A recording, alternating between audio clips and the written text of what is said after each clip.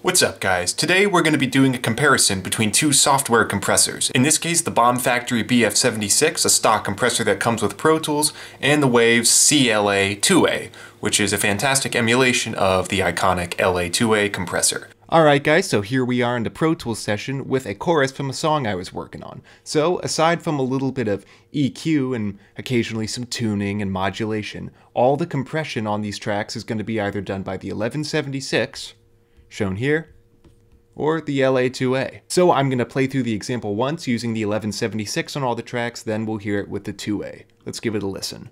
Times are so aggressive. Times are so regressive.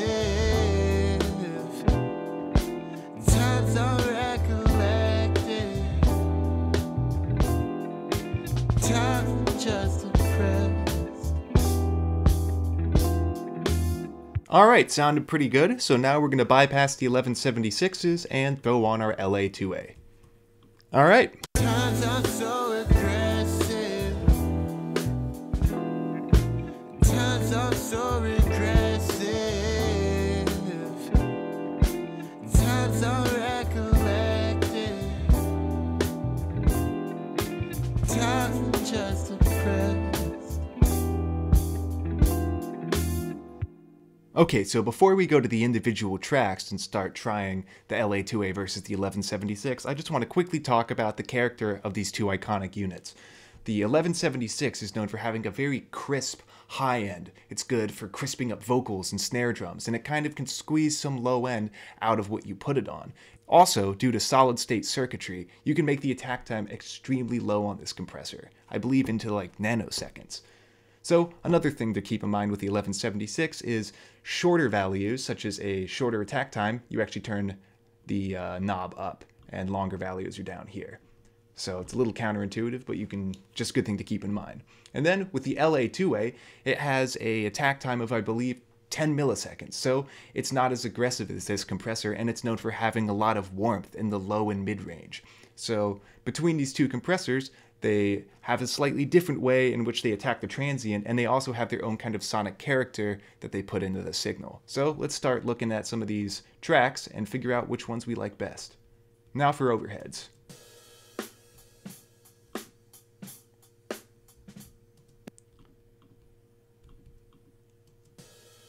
And with overheads, I'm always a big fan of the 1176 because of that crispiness it adds. Generally leaving it on kind of a medium attack setting with also a medium release. Also, this attack and release time is sometimes called the Dr. Pepper setting. It's essentially just a good starting point for the 1176. Okay, so let's hear that in stereo with the other mic. Sounds nice and crispy, exactly what I want for overheads. Now let's check out the snare drum.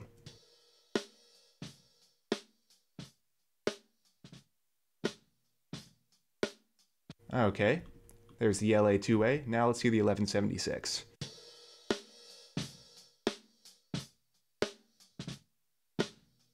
Another case in which I like the crispiness of the 1176. I think this thing works great on snare drums, and I usually like to have a longish attack with a very short release. This is a kind of a good setting you can run for a snare drum. Okay, let's check out these kick drums. In this case, we have a kick beater and a sub kick together.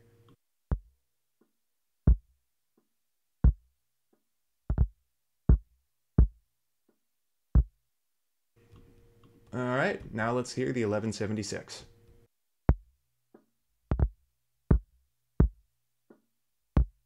And in this case, I like the LA-2A better, due to the fact that it has kind of a rounder low end, and I feel like it doesn't clamp down on the transient as aggressively, and it doesn't squeeze the life out of that kick drum. So let's bring those guys on. Oop. Alright, now let's take a listen to our drum bus.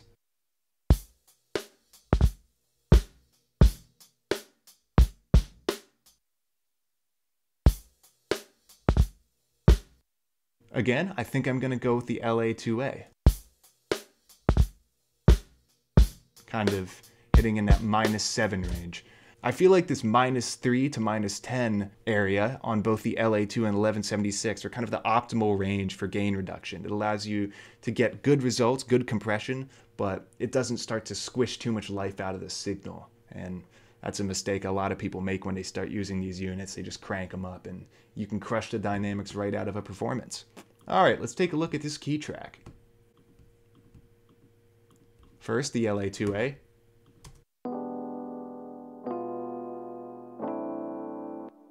Then the 1176. Gonna be honest here, I don't hear that big of a difference. Probably because this key track isn't super aggressive with the transients. There's not a lot of spikes in there that these compressors are gonna go to work on. However, I think I'm just gonna use the CLA-2A because again, I like the kind of warm mid-range character. All right, let's take a look at bass.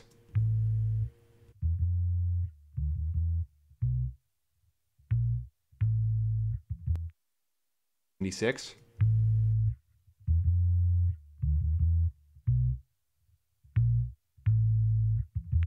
I definitely like the 1176 on bass a lot. However, I think I'm going to use the CLA-2A because it doesn't sound as harsh on some of the attacks of the notes.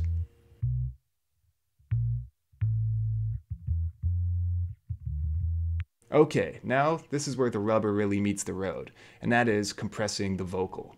Now, both of these compressors are iconic vocal compression units. You've heard them on probably hundreds of records.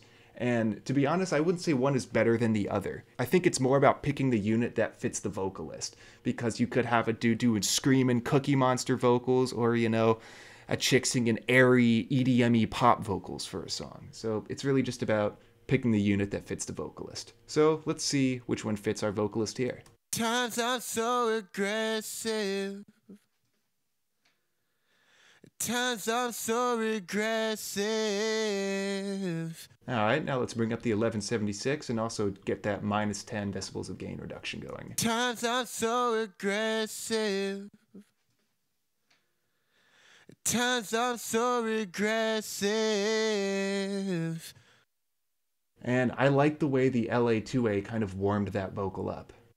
Times I'm so aggressive. Fairly similar between the two though. Okay, so we're going to copy that CLA-2A down onto our harmony lines and then take a look at some guitar.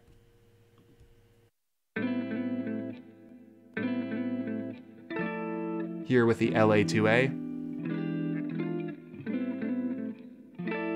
Now let's try the 1176.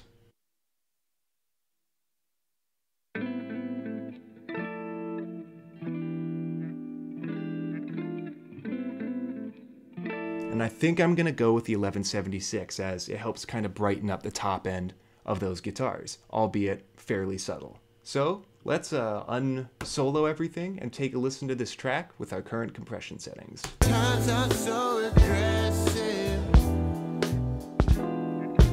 Times I'm so regressive. Times I'm recollected. Times I'm just depressed. Well, I hope you guys enjoyed this compressor comparison video. Feel free to like and subscribe, and head over to my channel if you want to watch more music-related content. Until next time, peace.